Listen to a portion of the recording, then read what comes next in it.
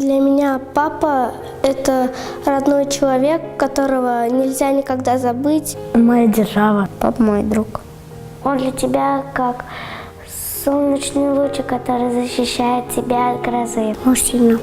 Папа в семье защитник. Он всех нас любит. Свободен всегда. Он для меня один из самых мудрых учителей на свете. Никакой школьный учитель не сравнится с ним. Я чувствую себя счастливым, когда папа рядом, когда он не ругается, а уделяет мне тепло. Когда мы можем поговорить по душам, когда у нас есть свободное время, что-то свое поделать. Это было года где-то 3 назад, было воскресенье. Мы с папой весь день играли, отдыхали, бегали и веселились. И для меня этот день был очень счастливым, я его никогда не забуду. Как мы вместе смотрим фильм, сидим на диване, улыбаясь и обнимая друг друга. Ты только наедине с папой, ты полностью откровенен, твоя душа открывается ему, его душа тоже, и вы соединяетесь, так сказать, в одно единое целое. Улыбка, лицо очень теплое, дает тебе тепло, уверенности, что папа и мама тебя от всего отгородят, от всех бед. Ты становишься очень счастливым, глаза блестят. И такое ощущение, что сердце вот-вот выпрыгнет из груди. И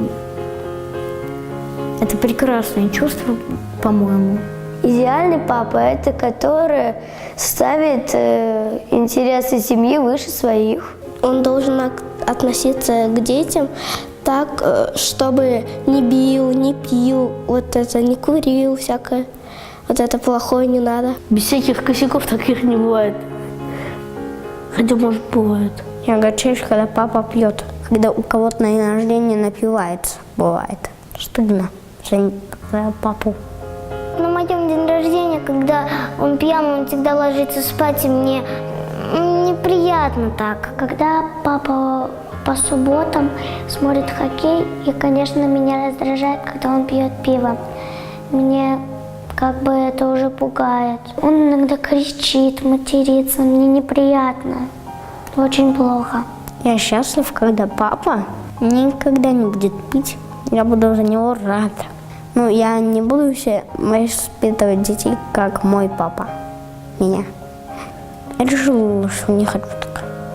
Папа должен относиться к маме как к девочке, аккуратно, ее утешать, любить, стараться ей угодить, когда можно. Я думаю, он должен ее баловать, говорить комплименты. Ухаживать. Помогать на кухне. Открывать дверь в машине и подвигать стульчики, например, в ресторане. Папа должен ей покупать юбки, подарок какой-то, туфли, сережки, когда ей нужно. Букет цветов носить. В отношении мамы и папы есть одна проблема.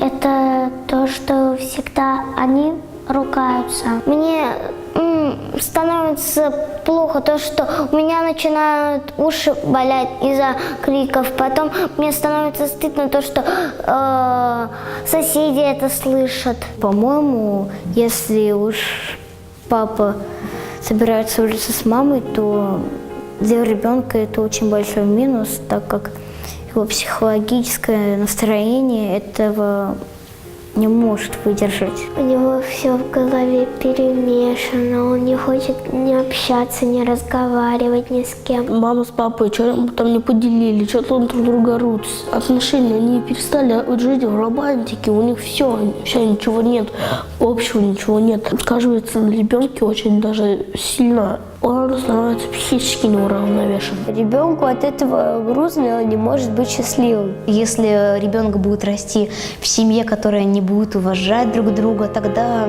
и ребенок, скорее всего, вырастет таким, а, соответственно, такое же поколение и вырастет. И потому что и его дети также будут вести, и внуки внуков, и дети детей. И так будет постоянно продолжаться. Когда папа уходит, мне всегда становится как-то не так в себе. Я всегда люблю, когда родители вместе. Хоть и когда они ругаются, я не хочу, чтобы папа уходил из дома. Как будто ты разделяешься на 2 части. Они же часто там ругаются прям сильно, пытаются даже разъехаться. И ты не понимаешь, с кем тебе быть. С папой или с мамой. Он уходит из семьи, потому что они ругаются, он больше не хочет жить в ругани. Это сказывается на ребенке, да, довольно сильно. Он становится не таким воспитанным, он не так себя умеет вести с девочками, потому что папа ему этому не научил. И он вообще скучает по папе, потому что ребенок, как говорится, без папы очень трудно жить. Мальчикам нужен папа, потому что нужна строгость. Если будет воспитать мама, то, как говорит мой папа, ты вырастешь девочкой. Папа учит, например, мальчика, он учит, чтобы стать сильным, а мама учит, девочку, чтобы стать красивой. Это же мама, они более такие женственные, более мягкие. И мальчик не может вырасти таким мужественным и сильным, как должен быть. Потому что больше у некого пример брать. Мне кажется, я бы очень обиделась на моего папу, если бы он ушел из семьи. Каждым ребенком нужен папа.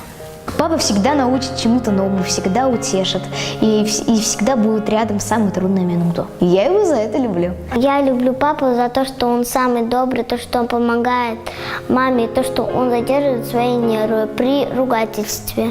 Когда у мамы нервы, он задерживает свои нервы. Раньше, все время мы ругались с 1 класса, а теперь я хочу сказать ему спасибо за то, что он меня ругал. Я понимаю то, что папина строгость мне нужна. Я хочу сказать ему спасибо за то, что он так относится к нам.